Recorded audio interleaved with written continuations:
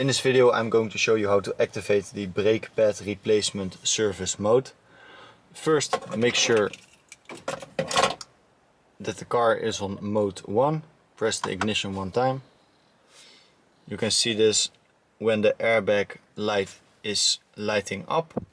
Then hold the return button for 3 seconds. 1, 2, 3, and then press one time on the OK button. And now you access the workshop menu.